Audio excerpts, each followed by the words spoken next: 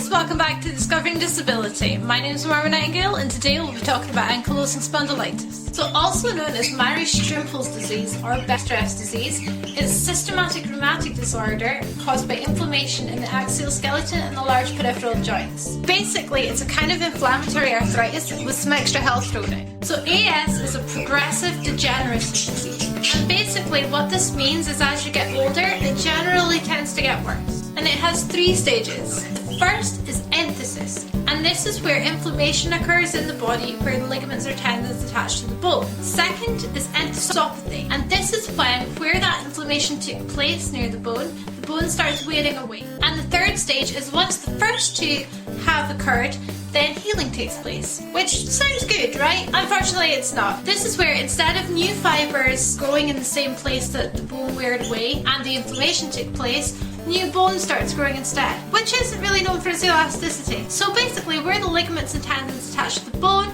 you're getting more bone growing there instead. So once these three stages have completed, what happens next?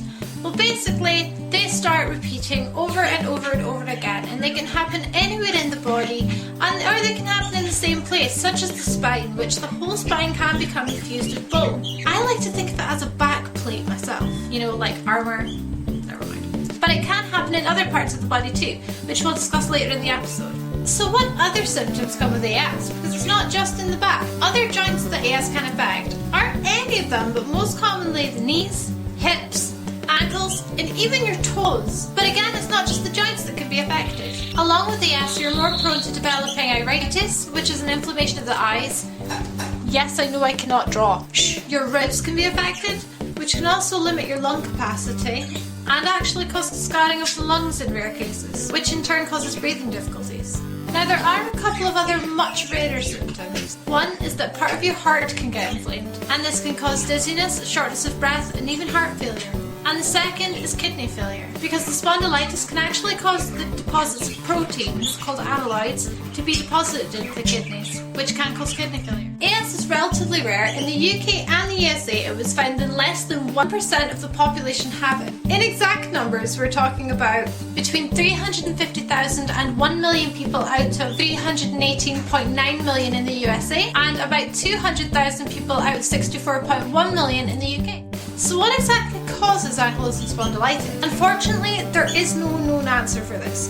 What they believe it to be mainly is the human leukocyte antigen B27. Now, not everyone with this gene will actually develop AS, but it is a common factor found in those with AS. Those who have parents or siblings with AS are also 3 times more likely to have it, so it looks like you can get it by inheriting it as well. So what's the cure for AS? How do we get rid of this? Unfortunately, there is no cure. However, there are different ways to manage the disease, and those with it can live happy, normal, fulfilled lives, no matter how badly the condition affects them, such as using physiotherapy, medications to help manage the pain and the inflammation, and believe it or not, exercise, which we'll cover in the next section of this episode. As always, we're now going to cover the myths surrounding ankylosing spondylitis. The first is that you don't need crutches all the time, therefore it's not that bad. Now, just because someone doesn't need crutches all the time never ever shows you just how their disability affects them. There are things known as flare-up, and these are periods of time where the disease is worse than normal.